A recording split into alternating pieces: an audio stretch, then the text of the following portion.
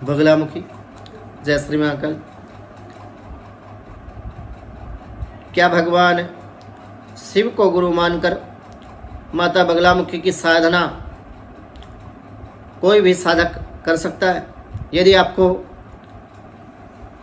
कोई योग्य गुरु नहीं मिल पा रहा या फिर आप बगलामुखी मंत्र से दीक्षित नहीं हैं,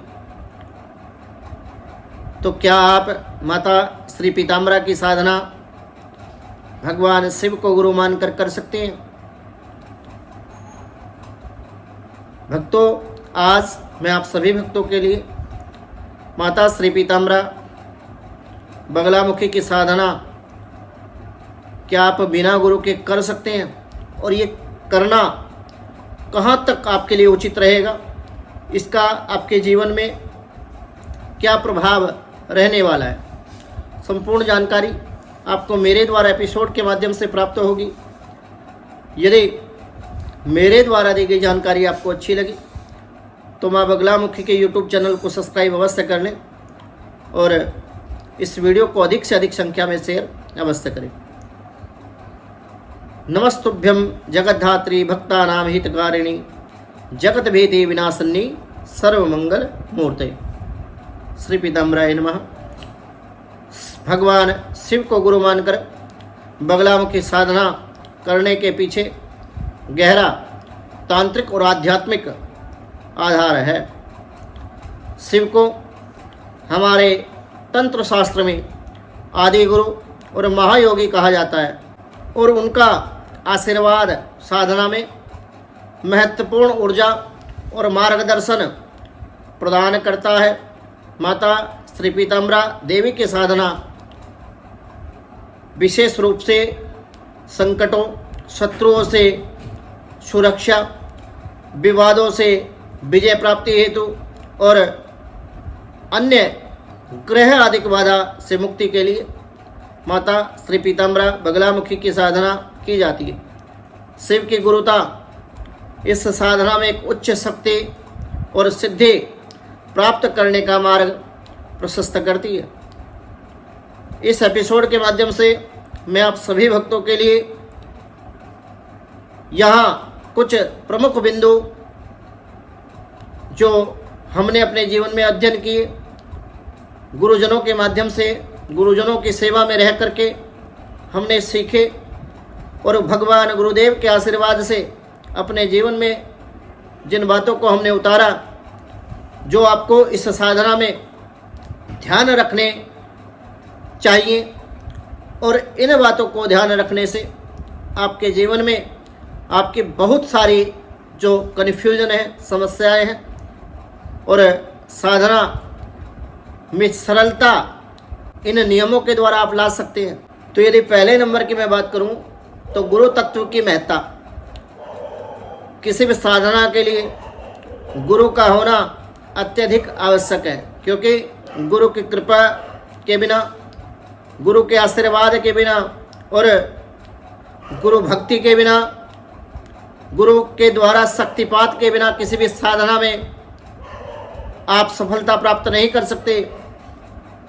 तो यदि आप माता श्री बगलामुखी पीताम्बरा की साधना बिना गुरु के यदि कर रहे हैं और बिना गुरु के यदि आप साधना करना चाहते हैं तो उसका आधार क्या होगा? तो शिव को गुरु के रूप में मानना साधना के दौरान अत्यधिक आपके लिए सहायक होता है। गुरु का आशीर्वाद साधक को मार्गदर्शन, रक्षा प्रदान करता है। शिव की कृपा से साधना में आने वाली जो समस्त बाधाएं हैं, उन बाधाओं का सामना करना आपके लिए आसान हो जाएगा और भगवान शिव की कृपा से आपके जीवन में किसी भी प्रकार की कोई अनैतिकता या फिर कोई अशुभ घटना या फिर कोई अशुभता आपके जीवन में आपके शरीर को शारीरिक कष्ट आदि नहीं हो सकता। दूसरे नंबर पर बात कर लेते हैं कि संयम और साधना विधि।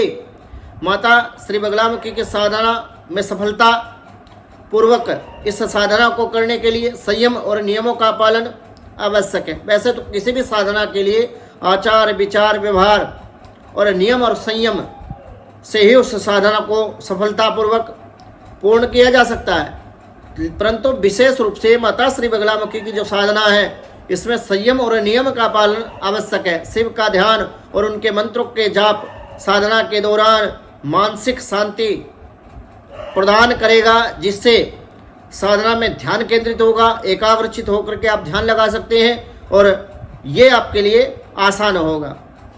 अब मैं तीसरे नंबर की बात करूं कि शिव और बगलामुखी का संबंध क्या है। तंत्र शास्त्र में शिव को सभी तांत्रिक सिद्धियों और देवियों के अधिपति के रूप में पूजा जाता है, माना जाता है। शिव की कृपा से साधक किसी भी तांत्रिक साधना को सफलतापूर्वक पूर्ण कर सकता है। माता श्री बगलामुखी देवी स्वयं शिव की कृपा से जागृत होती है और उनका साधक को आशीर्वाद प्राप्त होता है, ऐसा हमारे शास्त्रों में बताया गया। अब चौथे नंबर पर बात कर लेते हैं ध्यान और मंत्र के विषय में। साधना के दौरान शिव का ध्यान और माता श्री बगलामुखी पीताम्बरा मंत्रों का जाप साथ में करना साधक को विशेष लाभ देता है। शिव को गुरु रूप में स्वीकार करके साधक को आंतरिक बल मिलता है और आत्मविश्वास प्राप्त होता है, जिससे साधना प्रभावी हो जाती है और साधना का जो फल है वो शीघ्र अतिशीघ्र होता है और साधना में अनेकों प्रकार के अनुभव साधक को देखने को मिलते हैं। अब मैं पांचवें नंबर पर बात कर लेता हूं कि साधना स्थल और विधि।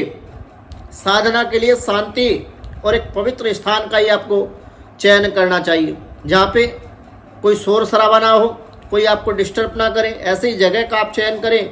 शिव पूजा या शिवलिंग के सामने बैठकर साधना आप कर सकते हैं। शिव मंत्रों का जप आप, जैसे पंचाक्षर मंत्र है भगवान शिव का, ओम नमः शिवाय, इस मंत्र का आप जाप करते हुए बगलामुखी साधना करें और गुरु रूप में भगवान शिव का आपको ध्यान करना चाहिए। जैसे अपने गुरु का स्मरण करते हैं तो भगवान शिव को मन ही मन में गुरु मान करके आपको इनकी साधना करनी चाहिए। उनका आशीर्वाद आपको साधना के दौरान ऊर्जा प्रदान करता है और बुरी शक्तियों से भी आपको बचाता है। अतः निष्कर्ष इस बात का ये निकलता है कि शिव को गुरु मानकर माता श्री बगलामुखी साधना न केवल संभव है, बल्कि यह साधना को और भी प्रभावी और सफल बना देता है। भक्तों, मेरे द्वारा दी गई जानकारी यदि आपको अच्छी लगी हो तो हमारे YouTube चैनल और इंस्टाग्राम पेज को फॉलो अवश्य करें। जय माँ बगलामुखी, जय श्री महाकाल। माता श्री बगलामुखी के यज्ञ अनुष्ठान के लिए या फिर अपने जीवन में चल रही बाधाओं से मुक्ति पाने के लिए आप हमारे संस्थान के व्हाट्सएप नंबर 9416668133 इस नंबर पर संपर्क करें। एक बात मैं आप सभी भक्तों से कह देना चाहता हूं कि बहुत सारे भक्त डायरेक्टली हमें फ़ोन करते हैं, परंतु मैं माफ़ी चाहता हूं कि सभी के फ़ोन उठा पाना हमारे लिए संभव नहीं है, क्योंकि दिन भर में कम से कम 100 से 150 फ़ोन हमारे पास आते हैं।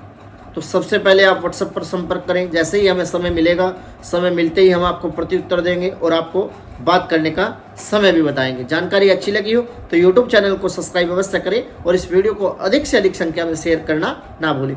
जय माँ बगलामुखी, जय श्री महाकाल।